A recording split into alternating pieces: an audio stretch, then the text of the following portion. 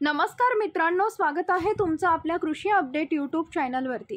राज्यभर मान्सूनचा पाऊस बरसत असून जुलै महिन्याच्या पहिल्या आठवड्यापासून पावसाने राज्यभरातील विविध ठिकाणी जोरदारपणे हजेरी लावली आहे।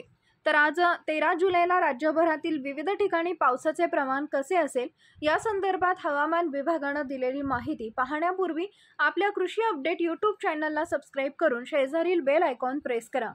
राज्यातील पालघर, ठाणे, रायगड, पुणे, सातारा, कोल्हापूर, रत्नागिरी, सिंधुदुर्ग आणि मुंबई या जिल्ह्यांमध्ये काही ठिकाणी जोरदार ते अतिजोरदार पावसाची शक्यता वर्तवण्यात आली आहे।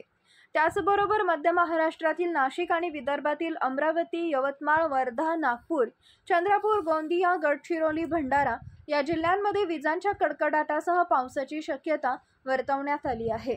तर यवतमाळमध्ये मुसळधार पावसाची शक्यता वर्तवण्यात आली आहे। मध्य महाराष्ट्र आणि मराठवाड्यातील सांगली, सोलापूर, लातूर, धाराशिव, नगर, बीड, छत्रपती संभाजीनगर, नंदुरबार, धुळे, जळगाव, बुलढाणा, अकोला, परभणी, नांदेड, वाशिम, हिंगोली या जिल्ह्यांमध्ये तुरळक ठिकाणी पावसाची शक्यता आहे।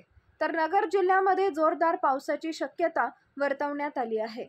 जळगाव आणि मराठवाड्यातील 4 जिल्ह्यांमध्ये विजांच्या कडकडाटासह पावसाची शक्यता वर्तवण्यात आली आहे।